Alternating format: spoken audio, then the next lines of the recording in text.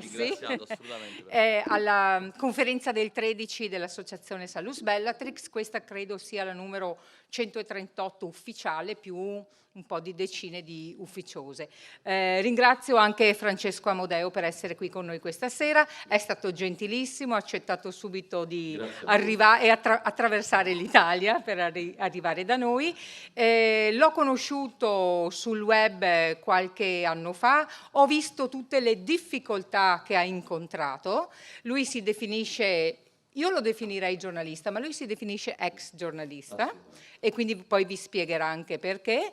Spero che vogliate dare tutta l'attenzione che merita. Io vi ringrazio, adesso lascio la parola a Francesco, un piccolo intervallo alla fine della sua relazione, vi pregherei di tenere le domande per dopo, faremo dei brevi annunci e poi la serata proseguirà con le domande dal pubblico. Grazie. Grazie a tutti, veramente siamo tanti, è una bella soddisfazione. Queste sono le soddisfazioni che finalmente a 5 anni dalla pubblicazione del libro comincio a ricevere. La settimana scorsa ero a Palermo ed era una sala pienissima, oggi siamo dall'altra parte in Veneto e la sala è piena. Questo dimostra come siano trasversali questi temi e cominciano veramente ad interessare tutti. Ex giornalista, perché ex giornalista? Perché questo libro è stato scritto da un cittadino come voi, non è stato scritto da un giornalista. Io ho un tesserino di giornalista pubblicista, ma non esercito più da 15 anni per i motivi che potete immaginare, quindi mi sono dovuto dedicare a tutt'altro e quando ho deciso di fare questo libro ho deciso di farlo come cittadino. Quindi io ero seduto come voi ai convegni sulla crisi economica, ascoltavo gli altri e mi rendevo conto che però c'era un gap, qualcosa che gli altri non erano riusciti ancora a portare fuori. Quindi sentivo parlare di questa crisi economica come un errore di percorso, come l'oggetto di scelte economiche sbagliate, sentivo dire che l'Europa stava fallendo, che l'euro stava fallendo e io mi rendevo conto che invece c'era qualcosa di diverso. Troppi errori, troppe coincidenze, troppe cose che non andavano, non potevano essere semplicemente frutto di un errore di percorso. Ho cominciato a credere e quindi poi mi sono impegnato per dimostrarlo che invece fosse un piano ben congegnato, scientemente organizzato per togliere sovranità ai popoli, per attaccare i popoli, le democrazie e travasare il potere invece in mano a delle organizzazioni della finanza speculativa. Quindi questo è stato il mio punto di partenza, semplicemente un dubbio e l'essermi reso conto che le cose probabilmente non andavano come ce le stavano raccontando, sicuramente non come ce le stavano raccontando nel mainstream, ma neanche come ce le stavano raccontando i famosi sovranisti, i blogger antisistema.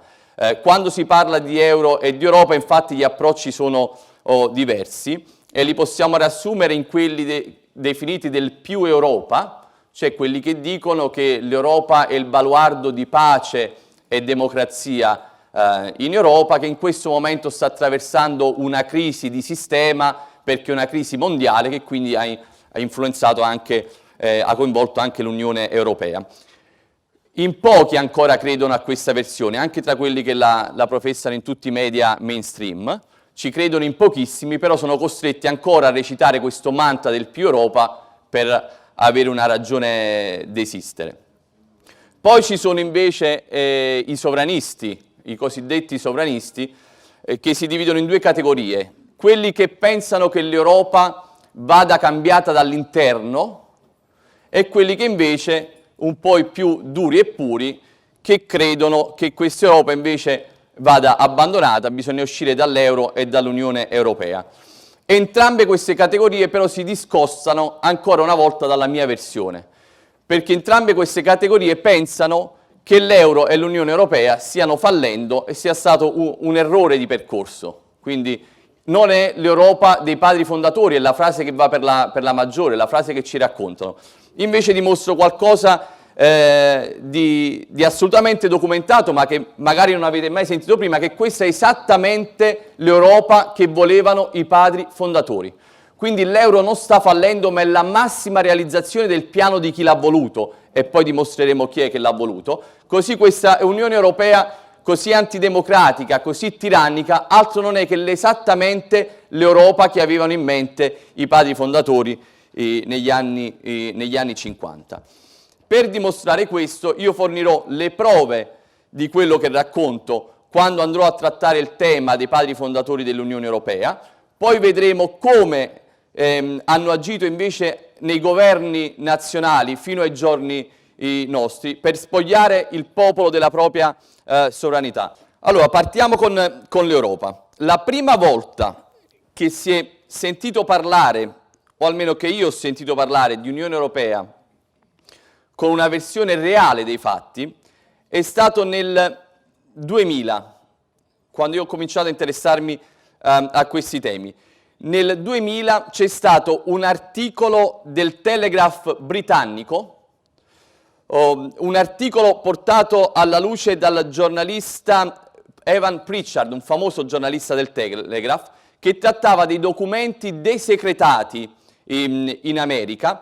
Questi documenti desecretati portati alla luce da Joshua Paul della Washington University dimostravano qualcosa di incredibile, che l'Unione Europea è stato un progetto delle oligarchie americane realizzato con il supporto della CIA.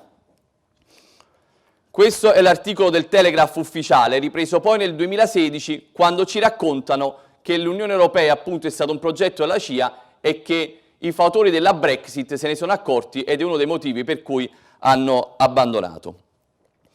Come si dimostra? Si dimostra perché negli anni 50 c'è stata una campagna per creare e dirigere un'Europa unita. Questa campagna per l'Unione Europea, per gli Stati Uniti d'Europa, l'ha portata avanti un comitato che si chiama ACUE, American Committee on United Europe. Questo ACUE era finanziato dalle dinastie, dalle grosse dinastie americane, dalle grosse multinazionali, in particolare dalla dinastia Rockefeller e dalla fondazione Ford. E cosa incredibile è che tutti i presidenti dell'ACUE, quindi dell'American Committee on United Europe, del Comitato Americano per l'Unione Europea, coincidono con i presidenti della CIA. Questo è un dato ufficiale. Quindi due sono le cose già assurde. Una, che l'Unione Europea sia nata in seno ad un comitato americano, e il secondo è che questo comitato americano sia stato finanziato dalle oligarchie finanziarie e portato avanti con la CIA, quindi con i membri della CIA. È tutto documentato, perché questi sono documenti che sono stati desecretati e che stanno negli archivi nazionali. Non c'è complottismo, perché i presidenti dell'ACUE e i presidenti della CIA coincidono, quindi quando noi diciamo che è stato fatto di comune accordo con i servizi segreti americani è reale, perché coincidono le due figure. I finanziamenti sono alla luce del sole. Ora cerchiamo di capire qual è il legame però tra questo ACUE e l'Unione Europea, quindi i padri fondatori dell'Unione Europea. Innanzitutto cerchiamo di capire che cosa voleva ottenere l'ACUE, e dirlo oggi vi farà capire come hanno già realizzato in pieno quello che volevano ottenere. Loro in pratica volevano un superstato europeo che avesse queste caratteristiche: svincolato da ogni controllo democratico, ed è questa Unione Europea, con le principali istituzioni non investite dal consenso popolare, come la Commissione Europea di oggi, il Consiglio europeo, dotato di una moneta totalmente svincolata dai governi ed è l'euro, con una banca centrale indipendente dagli stati, ma che rendesse gli stati totalmente dipendenti dal mercato, ed è quello che abbiamo avuto oggi. Il progetto, scrivono testualmente, doveva essere portato avanti nella totale segretezza. Questo si legge in una comunicazione del Dipartimento di Stato USA del 1965, che fu inviata al vicepresidente della Comunità Europea Mariolin, che inviava a portare avanti in segreto l'unione monetaria. Addirittura è scritto che non se ne deve parlare fino a quando l'adozione di questa proposta diventerà politicamente inevitabile. In pratica è l'Europa che stiamo vivendo oggi.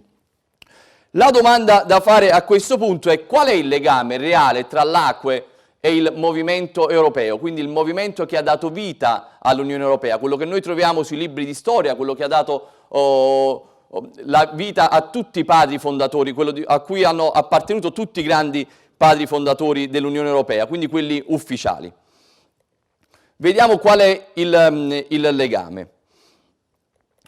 Il legame che abbiamo è che il 53% dei fondi del movimento europeo provenivano negli anni 50 tutti dall'acque. Quindi oltre il 50% dei fondi del movimento europeo che ha dato vita all'Unione Europea provenivano dall'American Committee of United Europe, quindi provenivano da un comitato americano per l'Unione Europea finanziato dalle grandi multinazionali, ossia quelle che hanno interessi diametralmente opposti ai popoli e alle democrazie, viste come un ostacolo ovviamente ai loro interessi. Vediamo che il primo presidente del comitato si chiama William Donovan e, come vi dicevo prima, coincide con il presidente dell'Office of Strategic Service, quindi il precursore della CIA. Il vicepresidente fu Allen Dulles, che era direttore della CIA dal 53 al 61. Presente nel Consiglio anche Walter Smith, che è stato nominato nell'ottobre del 50 primo direttore della CIA. Quindi queste sono le prove che tutti i membri dell'ACE e i membri della CIA coincidono. I fondi che sono arrivati al Movimento Europeo dall'ACE è tutto documentato. Il Movimento Europeo non c'è alcun dubbio che sia stato il precursore dell'Unione Europea, infatti fu presieduto da Walter Hallstein, che è stato il firmatario dei Trattati di Roma e primo presidente della Commissione Europea. Sia Churchill che Spaak, che Adenauer, che il De Gasperi, quindi tutti coloro che noi nei libri di storia leggiamo che sono stati i padri fondatori dell'Unione Europea erano i presidenti onorari di questo movimento europeo. Per esempio nei giorni nostri abbiamo Giorgio Napolitano, che è stato il presidente del Consiglio italiano del movimento europeo. Quello che però viene nascosto e che invece loro hanno scritto nero su bianco è che a gestire i programmi del movimento e a dirigerne i leader, tra cui politici europei di primo piano, erano proprio queste organizzazioni e dovevano portarlo avanti fin quando le proposte diventavano politicamente inevitabili. Fu proprio William Donovan dei servizi segreti americani, con un memorandum del 26 luglio 1950, a dare istruzioni per una campagna a favore del Parlamento europeo e del Consiglio europeo. Ora introduciamo un personaggio importantissimo per quello che io racconterò e dimostrerò nel corso di questa presentazione. Il fondatore del movimento europeo si chiamava Joseph Ratzinger, un gesuita di nome Joseph Ratzinger, uno dei principali architetti dell'Unione Europea e del mercato comune. Nel 1946 tenne un discorso al RIA, il Royal Institute of International Affairs britannico. Questo nome ritornerà dopo, perché è una delle grandi lobby della finanza speculativa, di quello che io chiamo il cartello finanziario speculativo, che quando io lo chiamo cartello, ed è un nome che introduco per la prima volta nel libro La Matrix europea, lo chiamo cartello perché dimostro che è formato da diverse organizzazioni che però in diversi ambiti agiscono parallelamente per un unico scopo, quello di creare un unico governo mondiale a guida di queste elite, quindi a guida del cartello stesso. Ora, come potevano queste grosse organizzazioni americane avere contatti con le grosse organizzazioni europee? Come potevano i leader dell'ACE e i leader dell'Unione Europea poter parlare tra di loro per organizzare un piano così antidemocratico e così fortemente sbilanciato contro i popoli? Avevano due problemi: non potevano farlo in totale segretezza, perché si trattava ovviamente di personaggi di spicco dall'una e dell'altra parte. Si trattava di coinvolgere tante persone a queste organizzazioni, i presidenti delle multinazionali, i presidenti dei servizi segreti, i presidenti dei grandi potentati bancari, i membri dei governi dei paesi. Quindi come potevano riunirsi? Certamente non in maniera totalmente segreta, ma non potevano farlo neanche in maniera ufficiale, perché quello che dovevano organizzare doveva essere ovviamente fortemente sbilanciato verso i propri interessi, quindi verso il grande capitale, verso il capitalismo speculativo, verso l'alta finanza, e totalmente a svantaggio dei popoli. Quindi non potevano certamente rendere ufficiale il tema delle loro riunioni. E hanno avuto una pensata strategica. Joseph Ratzinger del movimento europeo e Rockefeller, finanziatore dell'ACE, insieme nel 1954 creano un club che si chiama Club Bilderberg. Lo creano insieme, è ufficiale. Che cos'è questo Club Bilderberg? È una delle organizzazioni della finanza speculativa che era perfetta per il loro scopo. Perché? Si riunivano in maniera ufficiale, non era del tutto segreto, ma tutto quello che veniva discusso in quelle riunioni non poteva essere portato all'esterno. Quindi i membri partecipanti a queste riunioni non potevano nella maniera più assoluta parlare dei temi discussi all'interno della riunione. E anche i giornalisti presenti, diverse volte sono stati invitati i giornalisti, non erano autorizzati nella maniera più assoluta a parlare. E quando queste riunioni si svolgevano, e vi assicuro che si svolgono dal 1954 ogni anno in diversi paesi del mondo, le abbiamo ospitate diverse volte anche qui in Italia, io ho avuto il piacere di nascondermi fuori a queste riunioni in diversi posti del mondo, a St. Moritz nel 2011, a Londra, a Copenaghen, a Roma, e quello che dimostro in diretta streaming è che all'esterno di questi alberghi totalmente blindati, le immagini che ci sono sul web vedono addirittura dei cecchini che mi guardavano dall'alto con il binocolo, che mi tenevano puntato dall'alto, ed eravamo davvero 4 gatti, eravamo addirittura nella riunione di Copenaghen, eravamo in 5. Possibile 120 degli uomini più potenti del mondo all'interno di un albergo e 5 di noi fuori a vederli entrare. Quello che io dimostro sempre nel video di Copenaghen è che io addirittura a un certo punto telefono alla polizia danese, perché si vede l'immagine in streaming che passa la polizia e trascina via uno dei colleghi che era con me senza motivo.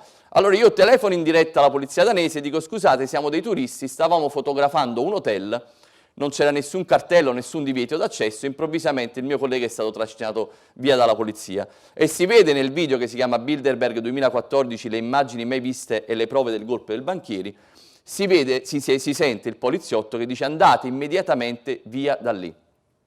Io dico: perché mai dovremmo andare via? Perché hanno portato via il mio collega? Lui risponde, dice: non posso dirti nulla, devi andare assolutamente via di lì. Io lo dico: ma possibile? Sembra ci sia un meeting segreto. Lui dice: exactly. Esattamente, ora vada via e posa. Questo per farvi capire come una riunione alla quale partecipano capi di Stato, capi di governo, membri della famiglia reali, membri dei servizi segreti, i presidenti delle maggiori multinazionali, dal 1954 fino al 2019, perché non si è mai interrotta, probabilmente molti di voi non l'avranno neanche mai sentita nominare, o sicuramente non l'avranno mai letta sulle prime pagine dei giornali, neanche nei giorni della riunione. Io addirittura domando, sempre in diretta streaming, ai commercianti della zona, dico: scusate, ci sono delle transegne attorno all'hotel, che cosa è successo, cosa c'è all'interno? E mi dicono: no, credo che ci siano dei lavori in corso, perché hanno chiuso da settimane tutta la zona e c'è una deviazione da fare con le macchine. Quindi i stessi cittadini del posto non sanno che a 50 metri dalle loro attività commerciali si stanno riunendo i 120 uomini più importanti del mondo. Quindi questo per farvi capire come l'ACWE, quindi il Comitato Americano delle grandi multinazionali americane, che voleva creare un'Unione Europea unita, eterodiretta dal cartello finanziario per fare gli interessi della finanza speculativa, aveva bisogno di organizzare il tutto con quelli che saranno considerati i padri fondatori dell'Unione Europea, e per farlo creano queste organizzazioni. Prima il Club Bilderberg, poi creeranno la Commissione Trilaterale, stesso meccanismo, un incontro fra i potenti della terra in totale segretezza sempre per quanto concerne i temi trattati, perché poi è ufficiale il fatto che si riuniscono. Quindi creano questo movimento, questo Club Bilderberg, e alla prima riunione chi troviamo? Troviamo tutti i padri fondatori dell'Unione Europea. Quindi alla prima riunione troveremo De Gasperi del Club Bilderberg nel 1954, poi sostituito da Spinelli, poi sostituito da Prodi, poi sostituito da Draghi, poi sostituito da Monti. In pratica tutti coloro, no, Renzi non ci è andato, però parecchi dell'entourage di Renzi sono stati a queste organizzazioni e lo vedremo nelle prossime slide. Quindi Spinelli addirittura nel suo diario, io ho passato delle notti davvero insonni, 600 pagine di diario europeo di Spinelli, signori. Lo leggevo e dopo 3 pagine si chiudevano gli occhi, ma sono andato avanti così per settimane. Volevo trovare una sola traccia in 600 pagine di Europa dei popoli. Signori, non c'è una sola pagina dedicata all'Europa dei popoli. Spinelli, invece, nel suo diario racconta i suoi viaggi in America, dove incontra i leader della Rockefeller Foundation, quindi i grandi magnati americani, quelli che hanno finanziato il comitato americano. Lo scrive lui, non lo scrive un complottista di nome Francesco Amodeo. Nel diario, credo di aver segnato anche la pagina da qualche parte, nel diario europeo di Spinelli, lui racconta di essere andato in America per incontrare e cercare i fondi dalla Rockefeller Foundation, di essere stato messo in contatto con Donovan dei servizi segreti americani per cercare finanziamenti. Questo è quello che scrive nel suo diario.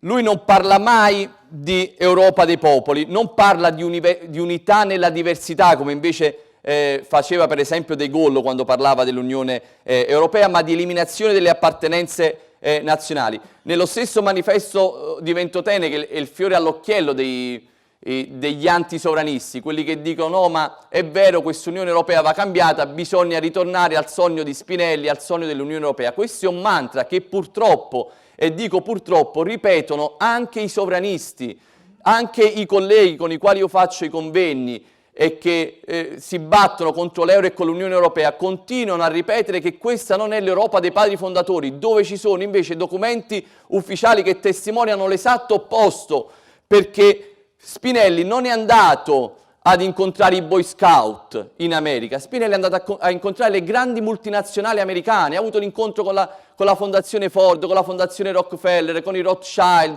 ha avuto incontri con Donovan della CIA, e lo scrive lui, per cercare fondi. Ora voi immaginate che questi personaggi diano fondi per creare un'Unione Europea dei popoli e delle democrazie che andrebbe a scardinare l'imperialismo americano e i piani delle oligarchie finanziarie. Lo ritenete possibile una cosa del genere? E allora perché queste verità non vengono portate fuori da nessuno? Perché secondo voi io sono stato completamente censurato nei miei temi? Perché queste cose non le puoi smentire. Che io riporto quello che scrivono sui siti ufficiali, io riporto quello che il Telegraph britannico ha pubblicato in prima pagina quando sono usciti i documenti di Joshua Paul. Quindi io non scopro nulla, non ho fonti segrete, non ho fonti riservate. Per questo dico, io non ho fatto questo lavoro da giornalista, perché qualcuno, se io racconto di averlo fatto come giornalista, può dire ok, può avere degli interessi a farlo. Assolutamente no. Può avere delle fonti particolari? Assolutamente no. Io ero un cittadino come voi, mi sono documentato perché non era possibile che questa Europa davvero così antidemocratica era frutto di errori di percorso. Non è possibile. Tutte le scelte che sono state fatte, che hanno portato a un completo svuotamento delle sovranità nazionali, erano talmente ovvie, talmente sbilanciate nei confronti del capitalismo speculativo, che non si può essere trattato di errori. È ovvio che devono aver agito di comune accordo, e quello che io dimostrerò che da queste organizzazioni provengono chi ci ha portato nell'euro, chi ha voluto il cambio lira-euro, chi ha firmato i trattati di Maastricht, i trattati di Lisbona, il pareggio di bilancio in Costituzione, chi ha reso la Banca d'Italia indipendente dal governo ma dipendente dai mercati. Tutte queste persone provenivano tutti dalle medesime organizzazioni ed erano arrivati ai governi del paese sfruttando le crisi economiche indotte dai membri stessi di queste organizzazioni.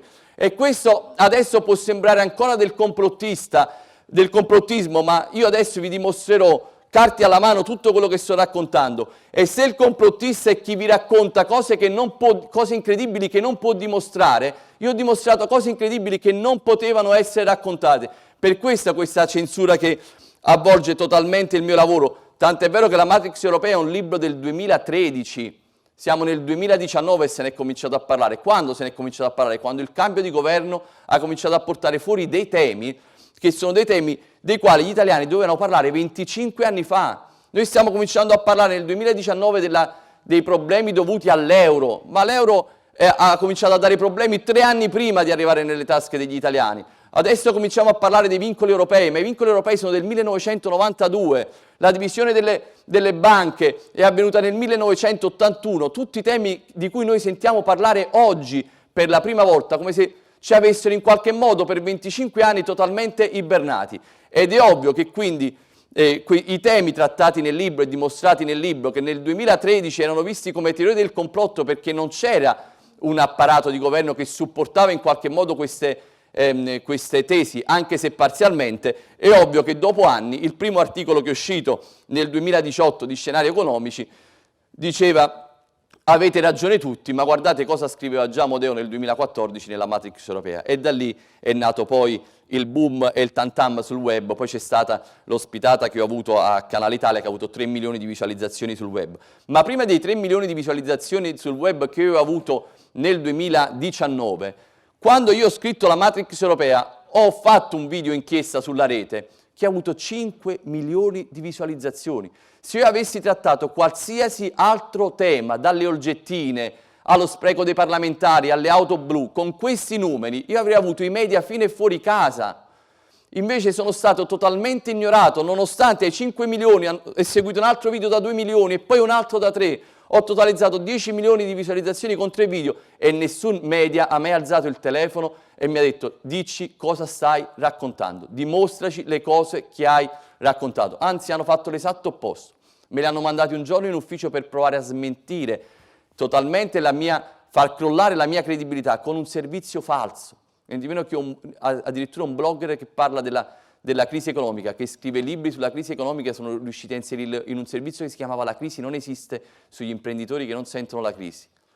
Ovviamente anche in quel caso pensavano di averla fatta franca, perché erano una delle principali trasmissioni televisive, in prima serata, riescono a cambiare totalmente il montaggio delle mie parole, a fare risultare un personaggio totalmente diverso e contrapposto con le tesi che io porto avanti, ed erano usciti per alcuni mesi a far crollare la mia immagine. Dovetti chiudere il blog, il sito, la pagina Facebook, ma dato che la verità è più forte di qualsiasi altra cosa, sono riuscito a dimostrare, perché fortunatamente sono riuscito ad ottenere i video integrali, e da quel video si è dimostrato che io avevo detto esattamente l'opposto, quindi come funzionano le interviste finte per veicolare il consenso, e da quel momento in poi ho avuto un boom sul web veramente senza precedenti, perché la gente ha cominciato a capire: se addirittura hanno confezionato un servizio del genere, cambiando in quel modo le tue parole, censurando tutto quello che avevi raccontato su queste organizzazioni, vuol dire che hai colpito nel segno. E da quel momento ho avuto un grosso supporto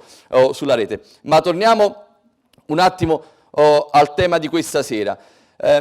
Ultima dimostrazione sulla questione di Spinelli. Perché insisto su Spinelli? Perché gli europeisti puntano su questa figura di questo personaggio esiliato a Ventotene, che ha scritto questo manifesto in favore dei popoli, di un'Europa dei popoli, di un'Europa delle democrazie, quando è vero esattamente il contrario. Abbiamo visto che lui, più che Ventotene, è stato a Washington e ha incontrato i personaggi noti. Queste sono due parti che io tratte dal sito del Movimento Federalista Europeo, quindi il movimento di Spinelli portato poi avanti dai suoi seguaci. Guardate che cosa scrive. Innanzitutto nel 2012 inviano una lettera a Monti per complimentarsi per le azioni svolte per risanare le finanze pubbliche e riconquistare la fiducia dei mercati.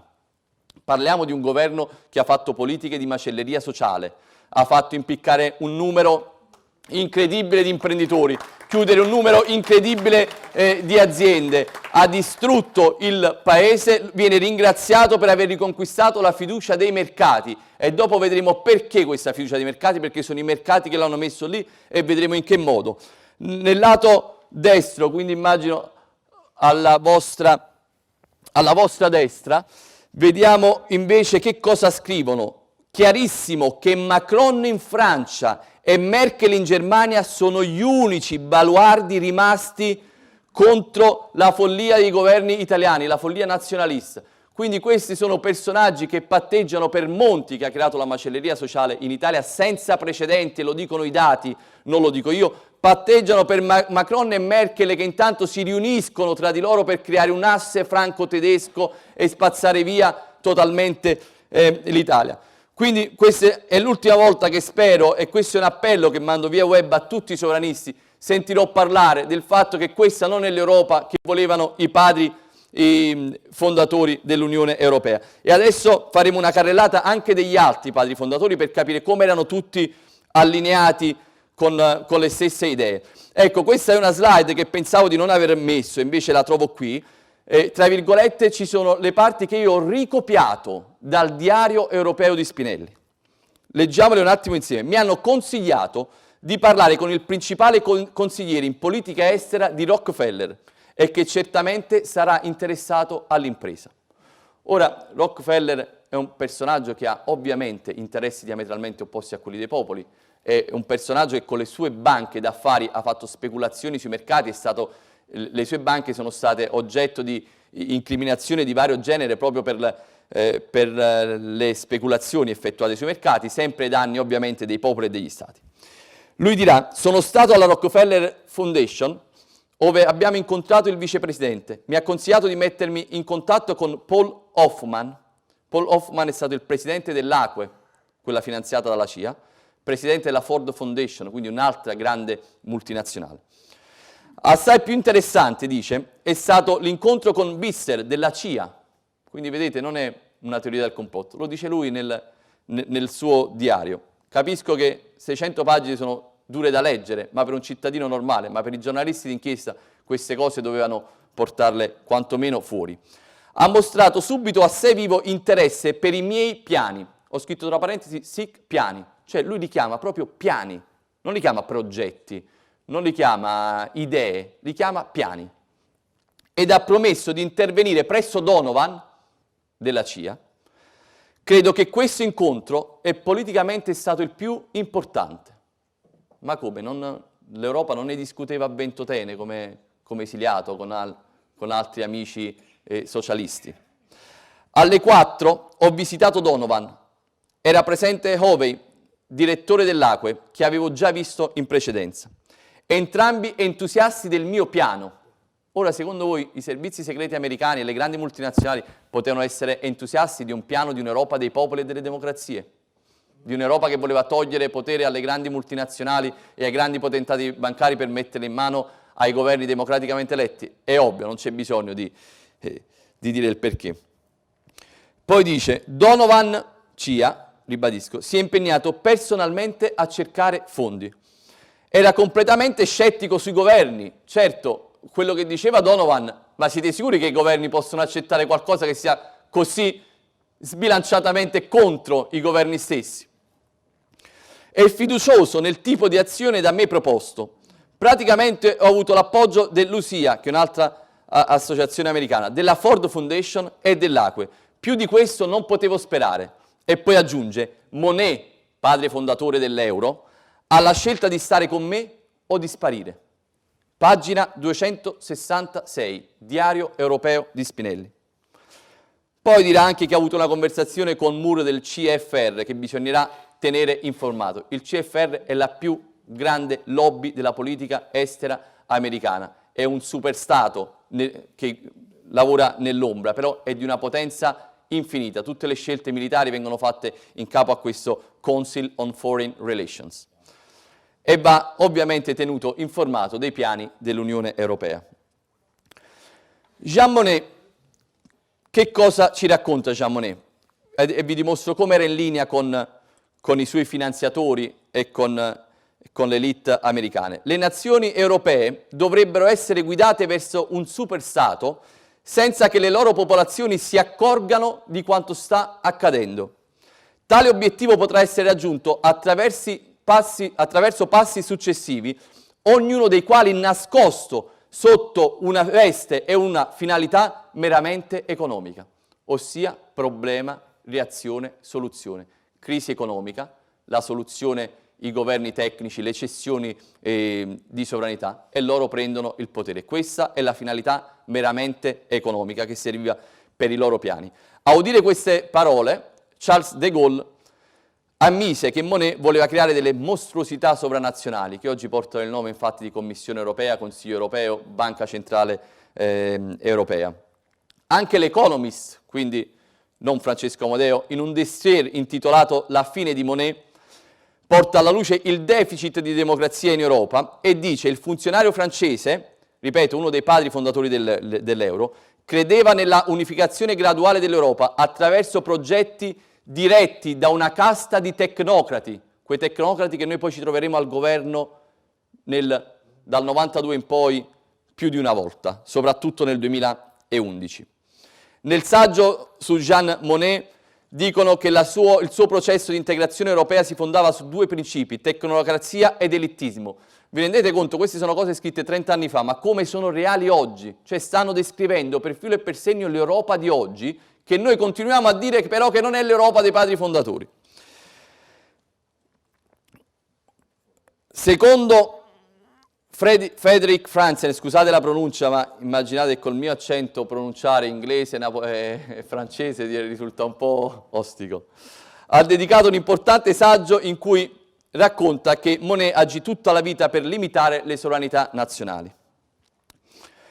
Altro indizio, altra prova, è stato Monnet ad aver redatto quello che si chiama il Victory Program per l'America, dove si dichiara chiaramente, nero su bianco, che l'America deve diventare l'arsenale della democrazia. Ora, è possibile che chi professa l'egemonia americana possa parallelamente aver contribuito alla creazione di un'Europa dei popoli e delle democrazie che poteva scardinare quell'egemonia stessa. Jean Monnet fu membro del club Bilderberg negli anni in cui lavorava sul progetto di Europa Unita, e questo adesso è una frase che si ripeterà per quasi tutti i padri fondatori. Andiamo avanti. Giscard d'Estaing, altro padre dell'Unione Europea e soprattutto dell'euro. Lui ha presieduto la Convenzione Europea, dalla quale è nata la Costituzione Europea. Che cosa hanno fatto questi oligarchi la prima volta? Sapendo di dirigere comunque il mainstream mediatico, quindi di poter fare affidamento sulla disinformazione mediatica, avevano deciso che la prima Costituzione Europea poteva essere sottoposta ai popoli, quindi con un referendum. Dato che oggi, fortunatamente, già da un po' di anni la rete ha creato la libertà di informazione, i loro piani sono falliti in tante occasioni, anzi in quasi tutte quelle dove hanno chiesto il parere al popolo. Quindi per la Convenzione Europea è stata bocciata in Francia, è stata bocciata in Olanda, e invece di sottoporla agli altri paesi hanno un attimo congelato quel processo, hanno detto ok, non la possiamo più sottoporre ai paesi perché la stanno bocciando tutti, continueranno a bocciarla e il nostro progetto salta. Come fare per non sottoporre una Costituzione europea ai paesi? Bastava cambiargli nome, che se la chiami Costituzione la devi sottoporre ai paesi, se lo chiami trattato non sei tenuto a sottoporlo al referendum costituzionale. L'hanno chiamato Trattato di Lisbona con lo stesso contenuto della Costituzione europea, è diventato Trattato di Lisbona, lo hanno reso illeggibile per ammissione degli stessi fautori del Trattato di Lisbona. C'è anche un video di Amato che confessa che quel trattato è assolutamente illeggibile. Anche Giscard d'Estaing è stato presidente del Movimento Europeo. Poi abbiamo Schuman, altro padre fondatore dell'Unione Europea, perché è stata proprio la dichiarazione Schuman che ha portato alla creazione della Comunità Europea del Carbone e dell'Acciaio, dalla quale poi è nata l'Unione Europea. Anche lui è stato presidente del Movimento Europeo. Perché ribadisco sempre questa frase? Perché noi dobbiamo avere la certezza che i padri fondatori dell'Unione Europea fossero collegati al Movimento Europeo, e abbiamo visto che sono tutti collegati, che sono stati addirittura l'hanno presieduto, e che il Movimento Europeo avesse un collegamento diretto con l'ACUE, e l'abbiamo visto dalle parole stesse di Spinelli, che andava in America a incontrare il presidente e il finanziatore dell'ACUE. Poi abbiamo Delors. Durante il suo mandato è stato istituito il mercato unico, è stato firmato l'atto unico europeo, gli accordi di Schengen e soprattutto il trattato di Maastricht.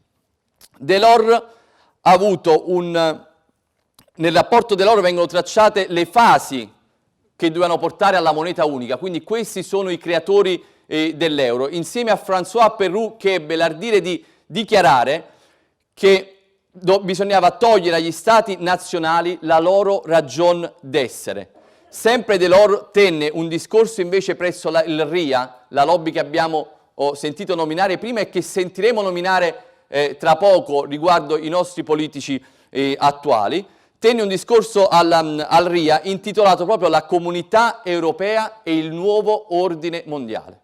Quindi molti ci raccontano che questa questione del nuovo ordine mondiale a guida statunitense è una teoria del complotto, ma i loro discorsi li intitolavano proprio l'Unione Europea ed il Nuovo Ordine Mondiale, dove si parla di istituire un governo mondiale e di trasferire sovranità a questo governo. Esattamente 4 mesi prima di quel discorso Delors aveva preso parte al gruppo Bilderberg in Francia.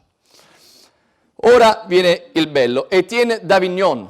Qualcuno di voi l'ha sentito? Probabilmente quasi nessuno. Signore, è stato di un'importanza fondamentale per la creazione dell'euro e dell'Unione Europea. È stato infatti commissario europeo, è stato confermato più volte, doveva anche diventare presidente della Commissione europea, si è affermato come una personalità di spicco, tant'è vero che si dice che ci fossero delle riunioni informali a casa sua ogni domenica per discutere i temi che doveva trattare la Commissione europea. Lui ha dichiarato in un'intervista che nella riunione del Bilderberg del 1955 in Germania l'Unione Europea era il principale punto dell'agenda. 2 anni dopo, infatti, furono firmati i Trattati di Roma proprio da alcuni esponenti di quella organizzazione come Hallstein, che è stato il presidente del movimento europeo proprio negli anni in cui il movimento europeo riceveva i fondi dalle oligarchie americane. E non poteva essere altrimenti, dato che Davignon è stato il presidente del gruppo Bilderberg. Quindi il presidente del gruppo Bilderberg è una persona che ha lavorato per la creazione dell'Unione Europea in seno a queste organizzazioni. Ora, quando qualcuno mi dice sì, ma può essere che queste organizzazioni si riuniscono per fare semplicemente gli interessi sì delle oligarchie americane, ma anche dei popoli e delle democrazie. Vorrei lasciare il beneficio del dubbio, ma loro tolgono ogni dubbio nelle frasi che scrivono. Nella The Crisis of Democracy della Commissione Trilaterale, l'altra organizzazione, loro per esempio scrivono nero su bianco che la democrazia non è sempre applicabile, può essere solo una delle fonti, che bisogna stracciare le costituzioni in Europa perché troppo socialiste, troppo sbilanciate a favore dei popoli. Mettono nero su bianco che la democrazia per portare avanti i loro interessi ha bisogno di un forte livello di apatia da parte di individui e gruppi. Quindi scrivono cose fortemente antidemocratiche. Quindi io posso accettare l'idea che questi personaggi si riuniscano da soli e provino a portare avanti i propri interessi. Non posso accettare che da organizzazioni che scrivono queste cose, finanziate da queste oligarchie e da questi potentati, provengano il nostro Presidente del Consiglio Tecnico, il nostro Presidente della RAI, chi ci ha portato nell'euro, chi ha firmato il Trattato di Lisbona, il Trattato di Maastricht, chi ha creato la moneta unica. Davignon ha confessato sempre nel 1999 all'EU Observer che fu il Bilderberg, questa organizzazione, a pianificare la creazione dell'euro, ma non poteva essere altrimenti perché proprio Davignon è stato presidente dell'Associazione per l'Unione Monetaria in Europa, è presidente del Bilderberg, quindi se le due figure coincidono è ovvio che non c'è bisogno di dire che questa frase non è dimostrabile perché è dimostrabile, ma è l'evidenza che lo dimostra. È stato presidente di questa organizzazione e presidente dell'Associazione per l'Unione Monetaria. È ovvio che le due cose erano integrate. Poi abbiamo Attali. Qual era il loro... Sorvolo su Attali perché non è uno dei padri fondatori dell'Unione Europea considerato nei libri di storia, quindi è sicuramente uno dei padri fondatori dell'Unione Europea, ma non lo troviamo sul sito dell'Unione Europea come uno dei padri fondatori, a differenza di tutti quelli che ho nominato fino adesso. Lui per esempio scrisse, però, abbiamo minuziosamente, questa è una frase sua virgolettata, dimenticato di includere l'articolo per uscire da Maastricht. In primo luogo, tutti coloro, e io ho il privilegio di averne fatto parte, che hanno partecipato alla stesura delle prime bozze del Trattato di Maastricht, hanno, puntini puntini, o meglio, ci siamo incoraggiati a fare in modo che uscirne sia impossibile. Non è stato molto democratico, naturalmente, ma è stata un'ottima garanzia per rendere le cose più difficili, per costringerci ad andare avanti, cioè per costringere noi ad accettare i piani. Quindi ciò che si vorrebbe far apparire come il frutto ineluttabile della storia è in realtà un piano studiato a tavolino e preparato da decenni per distruggere completamente il volto del vecchio continente. Oggi abbiamo un debito pubblico inestinguibile, dei privati che creano moneta dal nulla e che gli stati prendono in prestito e che i popoli rimborseranno con gli interessi al capitalismo speculativo, a queste organizzazioni qui.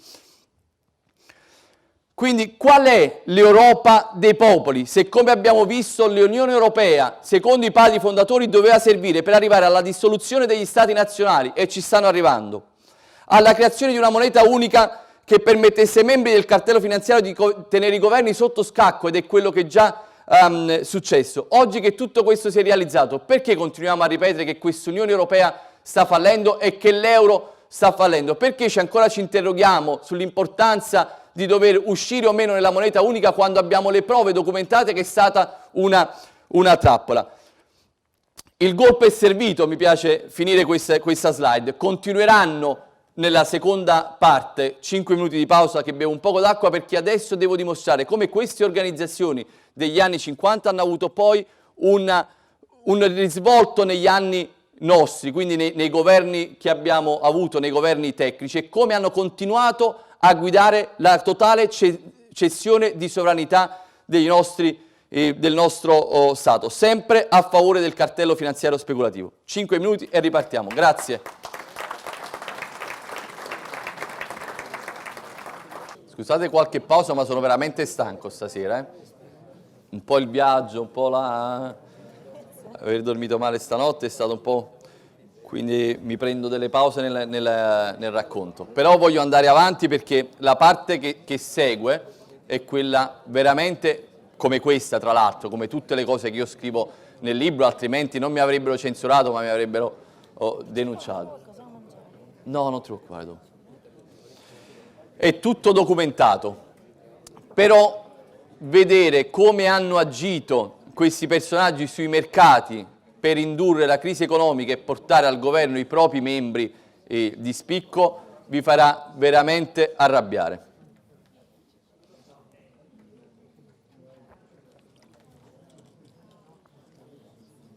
Molto spesso mi dicono ci vorrebbe un contraddittorio, ma il contraddittorio è necessario quando si parla di teorie economiche. Se io vi avessi parlato dell'euro come moneta, raccontandovi che è un cambio fisso, che è svantaggiato per i paesi come l'Italia, che non permette la svalutazione interna e tutte queste cose che ci raccontano gli economisti anti-euro sulla rete, è giusto il contraddittorio perché ci portano delle teorie diverse, ma qui non c'è nulla qui non c'è un contraddittorio, qui non c'è la possibilità di smentire. Questi sono dati ufficiali, sono semplicemente dati censurati, che è diverso da dati che possono essere smentiti. Questi sono dati che non devono venire fuori nella maniera più assoluta, non bisogna portarli a conoscenza delle persone, ma non c'è nulla che si può smentire, perché io nel virgolettato uso le parole loro, parole tratte da testi ufficiali, uso documenti che sono stati desecretati dal governo americano e che sono negli archivi ufficiali e non portati fuori da me, ma portati fuori da giornalisti di spicco inglesi, americani. Quindi non c'è nulla che può essere... No, è vero, era una pausa.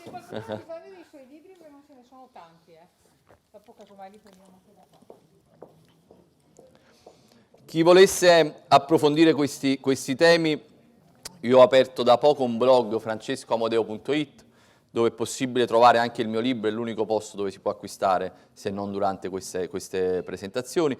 Ci sono tutti i video che racconto nelle mie presentazioni, quindi ci sono anche i video fuori queste organizzazioni. Ci sono i video fatti in questi anni, ci sono i video degli attacchi che ho subito e che ho sventato. Fortunatamente parlo ancora di attacchi mediatici, non ancora fisici, quelli poi saranno difficili da sventare. Però è tutto documentato, trovate gli articoli, trovate quello che ho provato a fare in questi anni e soprattutto quello che deve venire fuori è che questa è l'opera non di un giornalista d'inchiesta, come spesso mi presentano, perché giustamente è un tesserino di giornalista. Questa è l'opera di un cittadino come voi. Se io oggi sto ricevendo tanto consenso da persone come voi è perché io sono uno di voi. Non sono uno che ha fonti particolari, non sono uno che ha dovuto fare studi particolari, sono semplicemente uno che a un certo punto si è seduto davanti a un computer e ha detto c'è qualcosa che non va.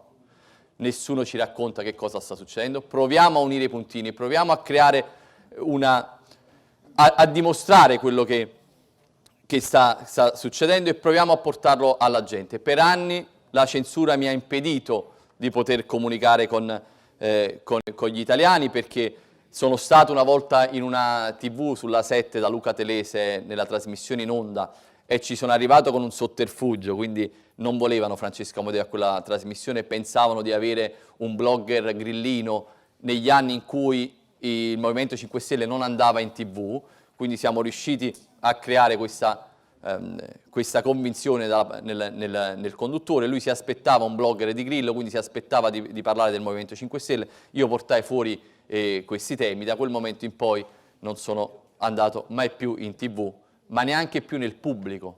Prima scrivevo nel pubblico a diverse trasmissioni e non ci sono mai più arrivato. Però il web mi ha dato giustizia con un po' di ritardo. Allora, Club Bilderberg. Mi direte, ma i politici italiani ne fanno parte, ne hanno fatto parte, quando, come? Io adesso vi parlerò di una delle riunioni che ho seguito personalmente dall'esterno. L'immagine che vi mostro però è tratta dal sito ufficiale, perché queste erano delle organizzazioni che per tanti anni, dagli anni 50 in poi, sono state completamente censurate, anche le liste degli invitati. Poi ovviamente cambiando col tempo delle leggi sulle lobby in America, è accaduto che hanno pubblicato la lista degli invitati e quindi gli italiani coinvolti sono venuti poi alla luce del sole. Questo è tratto dal sito ufficiale del Club Bilderberg e ci informa che dal 9 al 12 giugno del 2011 a St. Moritz ci fu una riunione a porte chiuse. Ora, questo è un periodo molto particolare in Italia, era un periodo molto particolare perché era la vigilia della crisi dello spread. Sentiremo parlare per la prima volta di spread, di questa crisi dei mercati, e questa crisi dello spread poi vedremo che porterà alla caduta di un governo democraticamente eletto e all'arrivo di un tecnico. Guardiamo nella lista non dei partecipanti, badate bene, perché c'erano 120 degli uomini più importanti del mondo, però molti potranno obiettare e dire ok, si è invitati a queste riunioni non vuol dire per forza che si intenda poi portare avanti le idee di questi gruppi. Allora io ho analizzato semplicemente il direttivo, quindi il gruppo direttivo del gruppo, quello che sicuramente, senza ombra di dubbio, porta avanti gli interessi dell'organizzazione stessa. Ho sottolineato 3 nomi importanti. Joseph Ackerman, presidente della Deutsche Bank, Peter Sutherland della Goldman Sachs, Trichet della Banca Centrale Europea e un politico italiano, Mario Monti. Giugno 2011, nel direttivo di queste organizzazioni. Ci abbiamo detto, ma sarà un caso? No, andiamoci a vedere. A quel punto mi è venuta la curiosità, ho detto, ma se fa parte del direttivo del gruppo Bilderberg di Rockefeller ed esiste un'organizzazione ancora più potente che si chiama Commissione Trilaterale, andiamo a vedere. Li ritroviamo di nuovo qui, stavolta come presidente europeo della Commissione Trilaterale, sempre insieme a Trichet della Banca Centrale Europea e a Sutherland della Goldman Sachs, dalla quale proveniva anche Mario Monti. Quale è stato l'impatto, il ruolo di queste banche avuto durante la crisi dello spread? Guardate, non lo dico io, ma ce lo dicono i giornali del 2011. Goldman Sachs e Deutsche Bank innescano la crisi dello spread. Da una parte abbiamo un articolo di Milano Finanza che dice Goldman Sachs ha innescato la vendita dei BTP, dall'altro addirittura su Repubblica i giornalisti economici che si domandano ma perché la Deutsche Bank ci sbatte all'inferno riducendo dell'88% l'investimento in titoli pubblici italiani, mentre la stessa banca diffondeva rapporti lusinghieri su quei titoli stessi.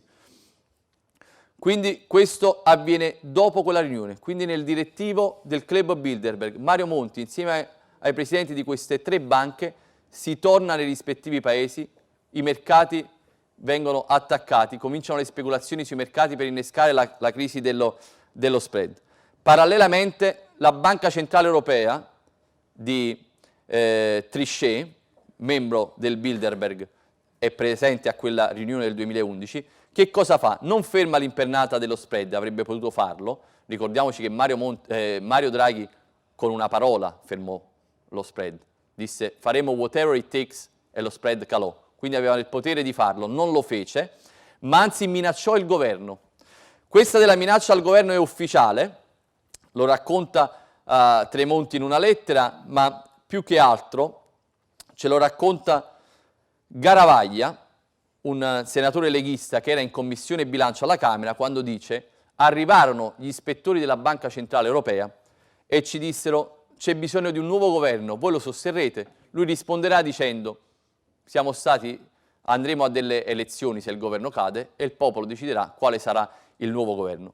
Loro risponderanno testuali parole: non avete capito, se non sostenete il governo tecnico che arriverà, noi non compreremo i titoli e vi manderemo in fallimento. Questa è una denuncia che Garavaglia ha fatto anche su YouTube, che avrebbe dovuto creare un caso nazionale, invece non se n'è assolutamente parlato, tranne qualche articoletto che ovviamente è dovuto uscire perché era un senatore, era in commissione bilancio, fa una dichiarazione del genere, ma su questa questione silenzio assoluto.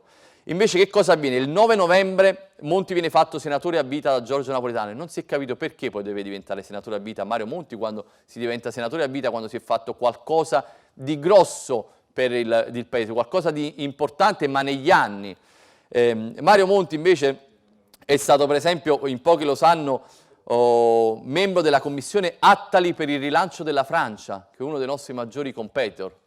Cioè lui ha fatto parte della commissione Attali, quella che diceva Attali, quello che diceva che cosa pensava la plebaglia europea, che l'euro fosse stato fatto per loro. Lui è stato membro della commissione Attali per il rilancio della Francia e lo fanno diventare senatore a vita in Italia. Il 10 novembre gli ispettori della BCE minacciano i membri del governo italiano, l'11 novembre viene chiusa la finanziaria al Senato, poi va alla Camera, il 13 novembre viene incaricato Mario Monti. Guardate la tempistica.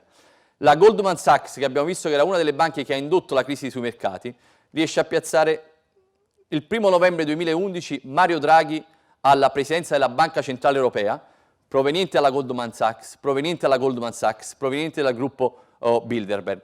L'11 novembre riesce a piazzare Lucas Papademos come presidente del Consiglio tecnico in Grecia, perché anche lì fanno cadere Papandreou e arriva Papademos. Però Papademos chi era? Era vicepresidente della Banca Centrale Europea, quindi stesso cartello, ed era vicepresidente della Banca Centrale Europea e governatore poi è stato della Banca di Grecia, quando la Banca di Grecia truccava i conti con la Goldman Sachs per entrare nell'euro. E questo anche vedremo che è documentato. Quindi la Goldman Sachs, che è stata incriminata per aver truccato i conti della Grecia nel 2001 per permetterle di entrare nell'euro, aveva come governatore della Banca di Grecia proprio Papademos, che fu chiamato a risollevare poi il paese dalla crisi. Stessa cosa avviene in Italia. Il 16 novembre, quindi 5 giorni dopo, arriva Mario Monti, scelto come Presidente del Consiglio Tecnico in Italia, proveniente dalla Goldman Sachs ufficialmente, quindi alla banca che ha indotto anche la crisi sui mercati italiani, dalla Commissione Trilaterale, dal gruppo Bilderberg, ma anche Presidente della lobby belga Bruegel, della Commissione, come ho detto, Attali per il rilancio della Francia. Quindi questo è quanto è avvenuto in Grecia, giusto per dimostrarvi che non è avvenuto solo in Italia, quindi come hanno organizzato parallelamente sui due paesi. Questo è un articolo che ci dimostra che la Goldman Sachs truccava i conti della Grecia per farla entrare nell'euro e Papademos è stato poi chiamato, dopo aver truccato quei conti, è stato chiamato a risollevare la Grecia dalla crisi, la crisi indotta proprio dall'euro. Adesso c'è qui una cosa che è simpatica perché l'ho trovata io veramente per caso, ma saltai dalla sedia. Quando hanno fatto la ricapitalizzazione della Banca d'Italia, ve la ricordate quella legge truffa per ricapitalizzare la Banca d'Italia con i soldi delle riserve della Banca d'Italia, quindi dei cittadini, chiamarono alcuni tecnici esterni per valutare la ricapitalizzazione. Uno di questi tecnici era colui che truccava i conti della Grecia. L'hanno chiamato per giudicare i conti italiani. Eccolo qua. Il rapporto è stato redatto su richiesta del ministro della stessa Banca d'Italia con l'ausilio di un comitato di esperti composto da Lucas Papademos. Questo è quando vi dimostro perché io dico che fanno cartello. Sono sempre gli stessi che si aiutano tra di loro. Poi che cosa è successo? Il libro è del 2014, ma hanno poi scoperto nel 2013 che davvero avevano fatto cartello nel 2011. Questi sono due articoli. C'è addirittura la Commissione Europea indaga su un cartello formato da 8 banche. Prima del voto avevamo un tecnico, membro del club Bilderberg, membro dell'Aspen Institute, membro della Commissione Trilaterale e membro della Goldman Sachs. Dopo avremo un tecnico, membro del club Bilderberg, membro dell'Aspen Institute, membro della Commissione Trilaterale. Ovviamente a sostenerli PD, PDL e Unione di Centro, dopo il voto a sostenerli PD, PDL e Unione di Centro. Quindi guardate come hanno congelato il tutto, è una fotocopia. Però vi voglio dare un'altra prova per me eclatante ma Telese diceva no, non ci trovo nulla di strano, è una coincidenza. Allora questa coincidenza la voglio mostrare anche a voi. Nel 2011 abbiamo visto che alla riunione del Bilderberg a St. Moritz c'era Mario Monti. Qualche mese dopo è diventato il Presidente del Consiglio in Italia. Nel 2012 si fa un'altra riunione, si forma un'altra riunione del Bilderberg che viene indetta in America. Dovevano chiamare un politico italiano, Mario Monti non poteva presenziare perché in qualità di Presidente del Consiglio sarebbe stato assurdo già in carica andare ad una riunione del genere che poi doveva essere censurata. Questa è la lista ufficiale, guardate chi invitano, Enrico Letta. Non era segretario del suo partito, non era candidato alla Presidenza del Consiglio, sostituisce Monti alla riunione del Bilderberg nel 2012, lo sostituirà qualche mese dopo al governo del paese. Quindi dicevamo, Letta sostituisce Monti al alla riunione Bilderberg del 2012, lo sostituirà poi al governo del paese. Questo è un pizzino che si scambiarono Monti e Letta in Parlamento, ci fu uno zoom del fotografo e questo pizzino uscì su tutti i giornali. Caro Mario, quando vuoi indicami forme e modi con cui posso esserti utile dall'esterno, sia ufficialmente sia riservatamente. Per ora mi sembra tutto un miracolo e allora i miracoli esistono.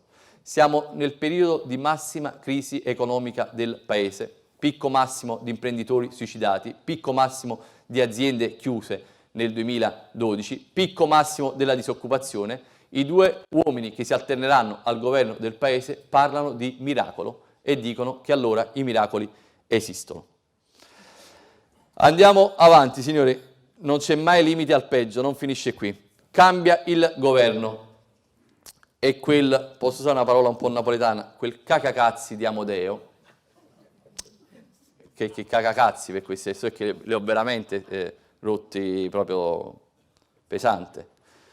Infatti se mi avessero potuto stoppare, se tornassero indietro mi stopperebbero il giorno dopo. Ora sono un po' interdetti perché ormai è tutto pubblico. Io nulla di quello che io dico è privato o fa parte di file miei criptati. No, è tutto ufficiale, anche questa locandina che vediamo.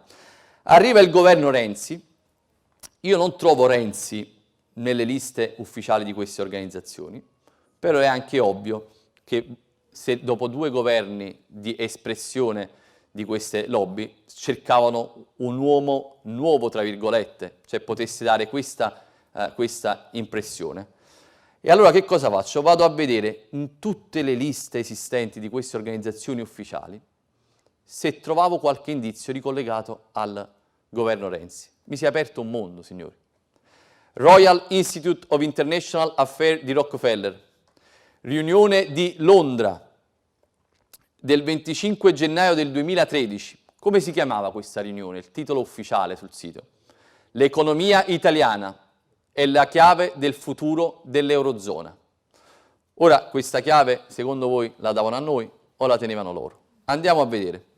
Un invitato, Piercarlo Padoan, a gennaio del 2013, partecipa con la finanza speculativa anglo-americana ad una riunione sull'economia italiana, qualche mese dopo diventa ministro dell'economia italiana, quella che loro ritengono il futuro per l'Eurozona.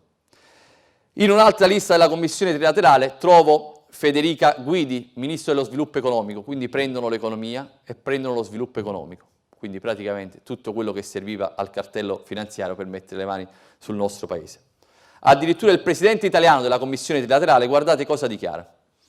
Trilateral, dopo Prodi, Monti e Letta, ora al governo abbiamo la Guidi. Ma abbiamo chi? Chi siete? Perché avete le persone al governo? Perché al popolo non è stato data la possibilità di esprimersi, di votare, e le hanno scelte probabilmente in queste organizzazioni. Leggiamo che cosa dice in questo articolo. Non ve l'ho portato tutto, ma lo trovate su internet, ho preso alcune frasi. Secchi dice, i migliori frequentano le nostre riunioni e poi vanno al governo. Vi ricordo che The Crisis of Democracy della Commissione trilaterale scrive nero su bianco che la democrazia non è sempre applicabile, ne abbiamo parlato prima. Sono quelli che scrivono che c'è bisogno di un alto livello di apatia da parte di individui e gruppi. Sono quelli che scrivono in questi potentati bancari che dobbiamo stracciare le nostre Costituzioni, eppure i migliori frequentano le nostre riunioni, poi vanno al governo. La nostra visione è per un sistema che rispetta il rigore finanziario e il libero mercato. Non si parla mai di popoli, di interessi dei popoli, di democrazia, di lavoratori, nella maniera più assoluta. Il giornalista gli chiede: ma lei non avverte il conflitto di interesse della Guidi, che oltretutto era della famiglia della Ducati Energia, quindi di una grossa multinazionale che aveva delle commesse comunque con alcune partecipate dello Stato, quindi come ministro dello sviluppo economico? Lui sapete cosa risponde? Sempre con la solita arroganza: mica possiamo mandare al governo i monaci che fanno voti di povertà. Quindi non solo si arroga il diritto di decidere chi mandare al governo e chi no, perché dice mica possiamo mandare al governo, ma poi io credo che tra il presidente di Ducati Energia e il monaco che fa voto di castità una figura intermedia credo che ci potrebbe essere. E infatti che cosa succede con Federica Guidi? È costretta a dimettersi perché aveva, attraverso delle intercettazioni telefoniche, si è visto che aveva provato a favorire il compagno su una questione del petrolio o una grossa questione sul petrolio in Basilicata. Avevano fatto passare degli emendamenti che favorivano il compagno della Guidi, di concerto, si legge nell'intercettazione telefonica, anche con la Boschi. Quindi non mandano al governo chi ha fatto voto di povertà, ma chi favorisce i propri compagni e le organizzazioni delle quali fa parte. Che cosa hanno fatto Monti, Letta, Renzi e Gentiloni? È espressione delle lobby della finanza speculativa e lo abbiamo visto ufficialmente.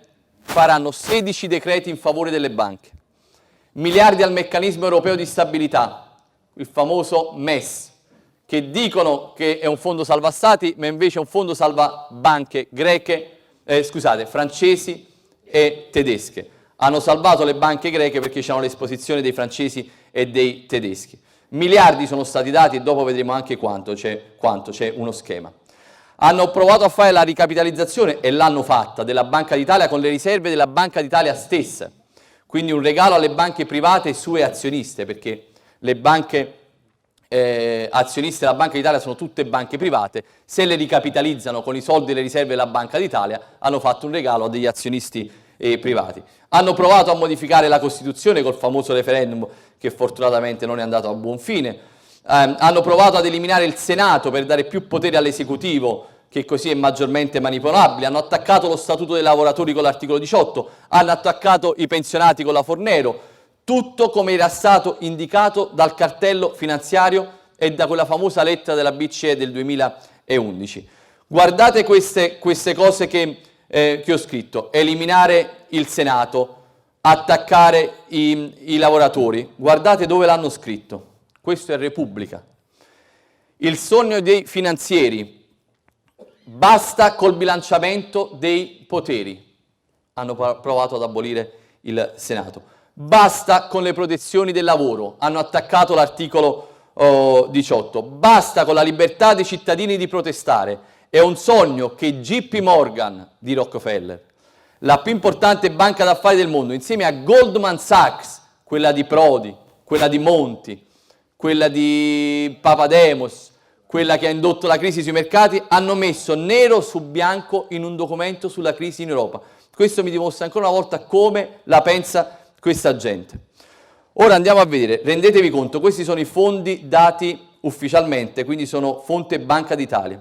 Le risorse date al fondo salva stati, che è servito per ricapitalizzare le banche dei paesi in crisi perché Germania e Francia erano esposte verso quei paesi.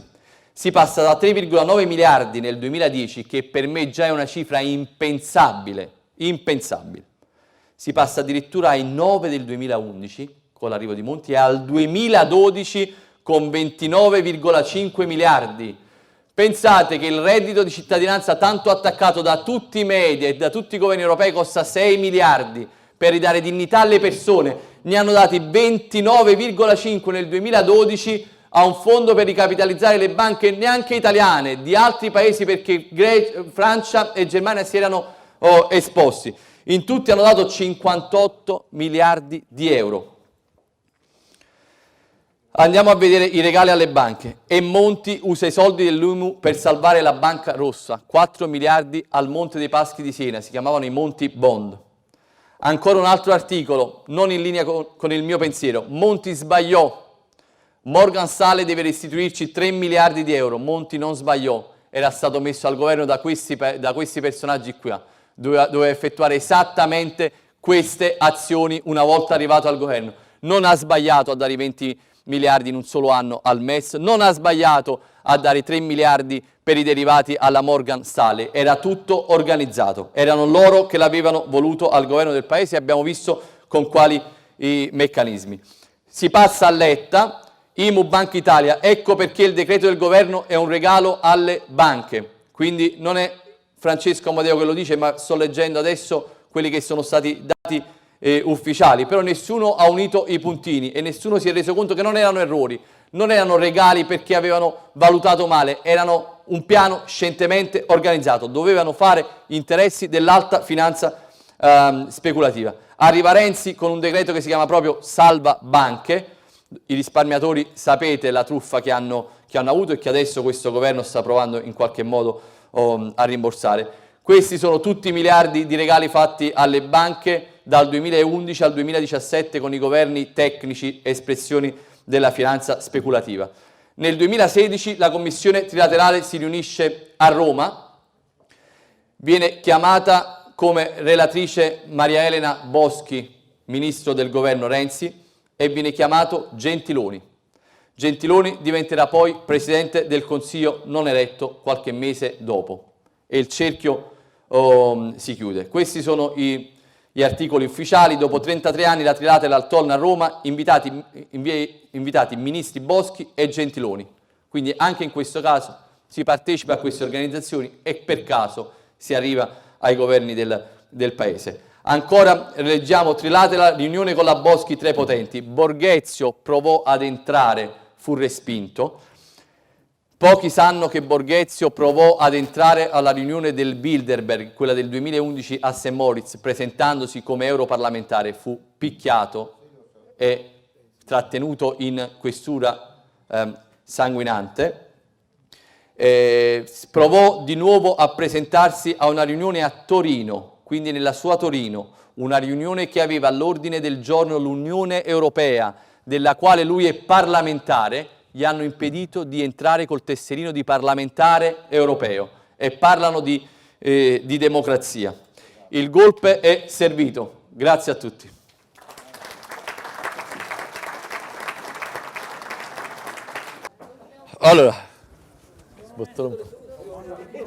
Allora,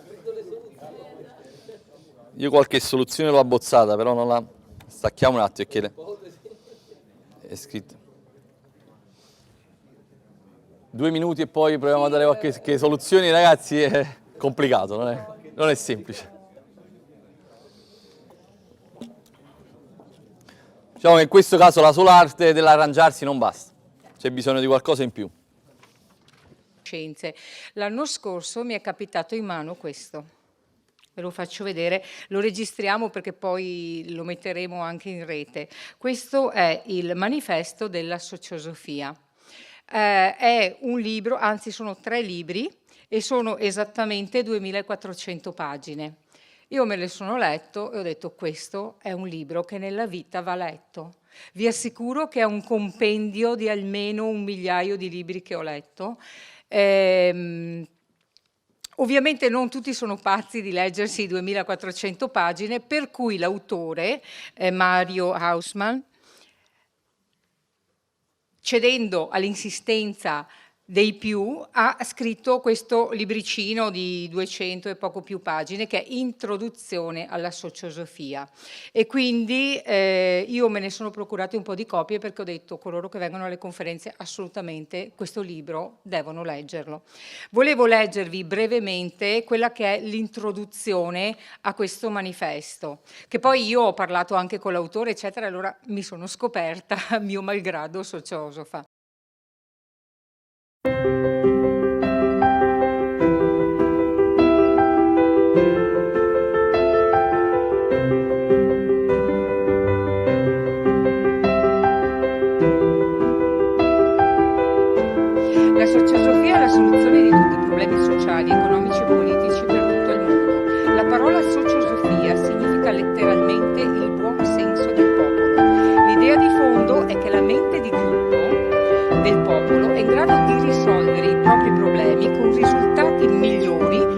relegando la ricerca di queste soluzioni alle limitate menti di una manciata di politici.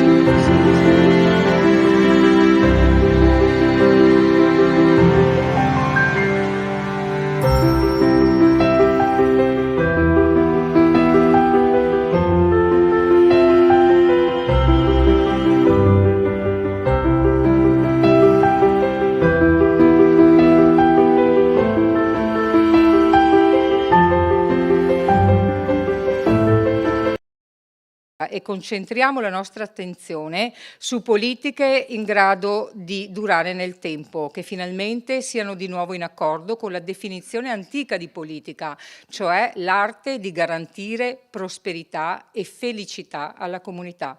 La creazione di una visione per il futuro è uno strumento molto potente. La sociosofia rappresenta un paradigma completamente nuovo, un metodo concreto per pervenire presto alla vittoria del buon senso e a condizioni di vita adeguate alle dignità dell'essere umano. E nulla è più potente di un'idea il cui momento è venuto. Infatti la sociosofia è una nuova idea nascente e la nostra mente, recepito un nuovo concetto, supera se stessa e non può più ricadere nello stato precedente. La posta in gioco non potrebbe essere più grande. Ritornare al buon senso è la medicina necessaria per riequilibrare il sistema sociale con la natura. Poter ritornare a gestire l'economia in armonia con i principi di madre natura è in fondo il desiderio di tutti, poiché comporta vantaggi immensi. Siamo quindi pronti ad appropriarci con passione di queste conoscenze necessarie per smascherare gli inganni perpetrati dalle istituzioni di potere ai nostri danni? L'ovvio è quel che non si vede mai, finché qualcuno non lo esprime con la massima semplicità. Khalil Gibran. Questa è l'introduzione del manifesto. Io spero che forse non oggi, forse non domani, ma venga il giorno per tutti voi di voler provare a vedere in una visione, diciamo, a 360 gradi che le soluzioni ai problemi ci sono. In questo manifesto lui credo che abbia messo dentro tutto lo scibile umano di migliaia di anni a 360 gradi, e non lo dico per scherzo, perché io ho passato un mese tutte le notti finché sono riuscita a leggerlo tutto. Tante di queste cose le sapevo, perché come sapete mi sono occupata molto di economia, di macroeconomia, mi sono occupata di tanti altri argomenti che qui svisceriamo ogni mese durante le conferenze, e ho imparato anche qualcosa di nuovo, ma soprattutto mi ha colpito perché è una visione veramente immensa. Grazie, lascio la parola.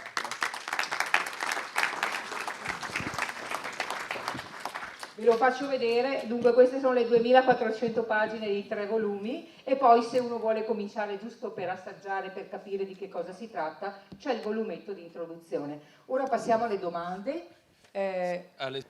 Non esiste strategia vincente se la strategia comporta il fatto che bisogna mettere da parte la coerenza o addirittura essere coerenti con il pensiero unico dominante. Mi spiego meglio. Sentiamo parlare adesso molti dei movimenti anti-euro che sono stati votati perché erano fortemente contrari a questo euro e a questa Unione Europea. Non sentiamo più parlare adesso di strategie di uscita, di uscita dall'euro, di messa in discussione dell'Unione Europea, e ci dicono che questa è una strategia. Io credo che questa strategia sia fortemente dannosa. Mi riferisco per esempio ad alcune frasi in particolare che vi porto per esempio, e ne citerò una di ogni gruppo politico, altrimenti subito sul web mi diranno sei per questo, sei per quell'altro. Di Maio per esempio ha detto sono pronto a tatuarmi che non sono contro l'uscita dall'euro. Di Battista ha dichiarato non siamo contro l'Unione Europea. Salvini addirittura ha parlato del sogno europeo, quindi di tornare a quello che ci siamo detti prima, di tornare al sogno europeo dei padri fondatori. Conte ha detto che l'euro è irreversibile, in pratica ha usato una frase di Mario Draghi. Ora, qualsiasi sia la strategia, se noi non informiamo invece i cittadini, ma li confondiamo con delle affermazioni del genere, io non dico che bisogna andare al governo e dire vogliamo uscire dall'euro, mi rendo conto che è pericoloso, ma neanche fare l'opposto, neanche confondere l'elettorato in questo modo, perché magari un domani, quando loro sono pronti, l'elettorato è confuso e non è più pronto a queste soluzioni. Quindi la prima strategia da usare è quella di informare sempre con coerenza. Se siamo nati e siamo stati votati con questa idea, noi la portiamo avanti, poi magari vi diciamo che non è possibile farlo per tanti altri motivi di natura politica, ma questa è la nostra idea. Quindi non ci tatueremo mai addosso che non siamo per l'uscita dell'euro, non diremo mai che vogliamo tornare al sogno dei padri fondatori dell'Unione Europea, perché altrimenti vuol dire che non conosciamo la storia dell'Unione Europea. Punto numero 2, non cadere nella trappola del divide e timpera. Chi è sovranista, ossia chi è a favore della sovranità politica e monetaria e del ripudio dei trattati e dei vincoli europei, va tutelato sempre, che sia esso pro Salvini, pro Di Maio, pro Lega, pro 5 Stelle, pro comunisti, pro Casa Pound. Chi ha l'idea di voler tornare alla sovranità politica e monetaria va tutelato sempre. Poi può avere delle idee personali, delle preferenze, dei gusti, può magari aver giudicato delle persone in maniera errata e quindi supportare delle persone che non meritano il suo supporto, ma se ha di base questa idea va tutelato sempre. Io ho addirittura persone che mi hanno scritto: ciao Francesco, ti seguo da anni e ti seguo sempre, da questo momento non ti seguirò più perché ho letto una tua frase a favore di Salvini. E sei un coglione. Perché se mi segui da anni su questi temi e leggi una frase a favore, magari io ho simpatia per Salvini perché sono un collezionista di felpe, lui ce n'ha di più belle delle mie e voglio dire una frase a favore di un personaggio piuttosto che di un altro. Però questa è una trappola nella quale cadiamo spessissimo e cadiamo sempre, soprattutto i sovranisti. Se li vedete sul web oggi si fanno la guerra tra di loro. Tu hai tradito, tu hai fatto, tu non dici più questo, tu non dici... Se si cambia idea, si cambia diametralmente idea, è un conto. Ma se invece cambia la strategia, allora adesso c'è al governo chi dice che l'uscita dell'Unione Europea deve essere portata avanti in un secondo momento, chi dice che deve essere posticipata alle elezioni europee. Sono tutte strategie che noi possiamo accettare, purché l'idea di fondo sia sempre la stessa e vada divulgata in tutte le sedi. Siamo per uscire da questa Unione Europea tirannica e antidemocratica, siamo per abbandonare questa moneta unica che è nata con l'intento di soggiogare i popoli. Questa è l'idea di base che deve accomunare tutti e non possiamo litigare tra noi che abbiamo questa stessa idea perché io ho detto la frase per Salvini, perché tu l'hai detta a favore di Di Maio o perché tu hai messo un post di Casa Pound. Quindi questa è la seconda regola fondamentale, non cadere nella trappola del divide e timpera. Altra cosa, essere sempre critici verso i propri beniamini, verso il proprio partito o movimento di riferimento. Non dobbiamo diventare dei fondamentalisti, altrimenti ce ne accorgiamo poi quando arrivano le elezioni che abbiamo perso consensi, perché se non siamo critici ci sono alcune azioni, e adesso per esempio mi rifaccio al Movimento 5 Stelle perché ho avuto delle grosse critiche io quando ho provato a criticare queste scelte.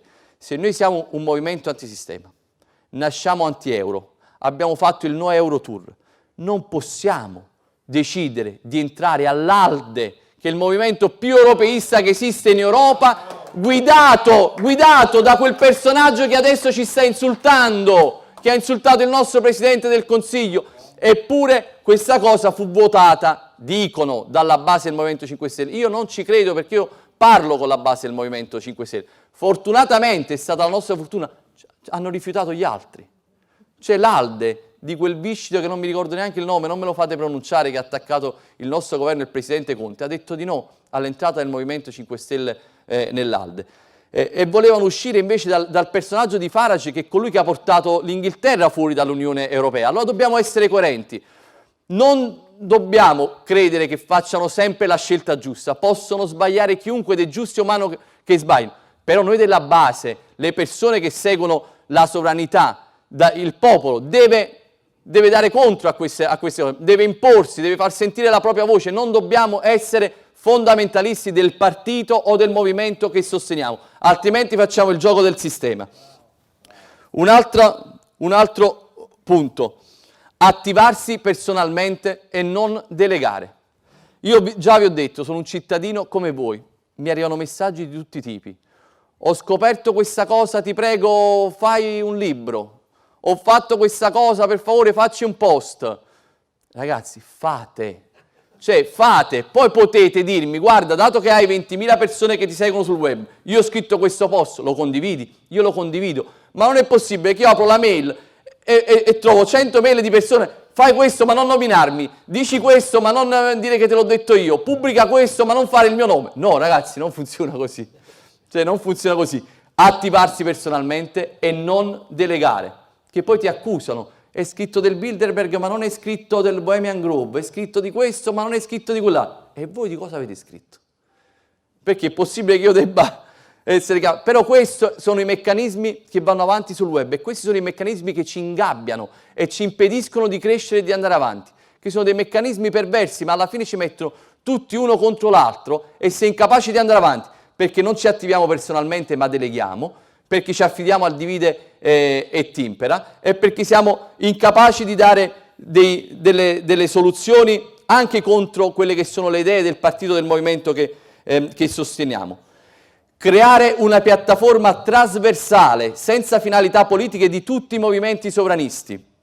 Non sto parlando di un partito, perché è utopico, non si riuscirà mai a creare un movimento di tutti i sovranisti, ci hanno già provato, perché ci sono quelli che poi sono di destra, quelli che sono di sinistra, quelli che sono di centro. Creare però una piattaforma web trasversale che abbia come finalità quella di condividere informazioni in tempo reale, coordinare le iniziative, divulgare i temi e mettere in contatto persone che hanno la stessa finalità. È inutile avere 1000 blog diversi, 1000 persone che si chiamano diverse. Va bene, ma creiamo un'unica piattaforma trasversale a tutti dove buttiamo in rete tutti i contenuti. Perché quello che gli altri invece contro di noi fanno, sono ben organizzati, li vedete, hanno gruppi. Ora sono gruppi che provengono anche da multinazionali che sono in concorrenza tra di loro, ma quando si tratta di fare delle azioni comuni si riuniscono e le fanno. Noi invece cominciamo a essere sempre sparpagliati sul web, sparpagliati ovunque. Un'altra cosa che io volevo promuovere, questa è un'idea, un'alleanza per la prima volta, credo nella storia, tra imprenditori e lavoratori, tra classe operaia e ceto medio. Prima la contrapposizione era giustificata perché avevano degli interessi diversi. Ora gli interessi dei lavoratori e gli interessi degli imprenditori cedono il posto agli interessi del mercato e il mercato ha interessi diametralmente opposti sia all'uno che all'altro, sia ai lavoratori, sia alle partite IVA, sia a chi ha le aziende che ai lavoratori. Quindi se non creiamo un'alleanza per la prima volta nella storia tra imprenditori e lavoratori, il lavoratore vedrà, come è successo, una riduzione del proprio salario, ma è la classe media che sta crollando a picco e scomparirà se non si capisce che adesso non c'è più quella sovrapposizione. La sovrapposizione è il mercato che vuole togliere potere e diritti sociali ad entrambi per i propri interessi. Un'altra cosa, e questa vi riguarda personalmente perché siete in Veneto, so che ci tenete tantissimo alla questione dell'autonomia. Andrebbe promossa l'unità nazionale contro questo sistema. Lo so, molti di voi non saranno d'accordo in questa sala perché anche io sono per l'autonomia, anche io sono per le indipendenze, anche io sono per l'autodeterminazione dei popoli, ma non in questa fase. Bisogna portare avanti prima un piano di liberazione dal paese, dalla gabbia dove siamo messi, poi possiamo essere autonomi, indipendenti. Che senso ha parlare di autonomia quando siamo dipendenti totalmente da questi sistemi? E allora chi proclama e chi vuole l'autonomia non vuole che altro che essere uno schiavo in una gabbia più grossa, ma sempre schiavo sei. E facciamo il gioco dei padroni dell'Unione Europea, ossia il gioco dei franco-tedeschi che hanno due intenti, quello di sfruttare le zone più industrializzate anche di altri paesi come l'Italia, rendendoli dei produttori controterzisti nelle loro catene di creazione del valore, e nello stesso tempo invece il sud Italia e il sud anche d'Europa non sarà altro che zone in cui produrranno prodotti agrari e alimentari, ma in concorrenza al ribasso nelle logiche del mercato globale. Quindi questo è quello che voleva la Germania e questo è quello che noi gli stiamo facilitando, frammentando il paese in questo modo. Quindi dal nord cercheranno di attingere alle produzioni, alle zone di produzioni a basso costo, al sud dalle derrate alimentari, ma saremo sempre sfruttati perché se abbiamo questa moneta, quello che devono capire gli imprenditori del nord, anche con l'autonomia non potranno mai competere con chi invece quella moneta è favorevole per loro. non potranno competere purtroppo. Allora va bene l'autonomia, ma non adesso, liberiamoci, altrimenti mi sembra come sentire due persone che in carcere si dividono la cella sperando che quello dia maggiore autonomia e libertà. Assolutamente no, siete in carcere, usciamo prima fuori e dopo ci organizziamo. Oltretutto è vero, si dicono i trasferimenti, certo per una regione che magari trasferisce più di altre può essere penoso, ma che senso ha opporsi ai trasferimenti al sud Italia che poi ritornano nelle casse dello Stato se poi però continuiamo a trasferire i soldi alle banche del nord Europa e ai meccanismi europei di stabilità, ai fondi salva stati delle banche del nord Europa? Non è anche quello un trasferimento e sono soldi che non ritorneranno mai più, si trasformeranno in speculazioni sui mercati. Questo non vuol dire che io sia contro l'autonomia, l'autodeterminazione degli stati o delle regioni, ma che bisogna capire, ed è quello che io vorrei spiegare a questo governo, non si tratta di cambiamento. Quello che serve adesso non è un governo del cambiamento, serve un governo della liberazione. Grazie.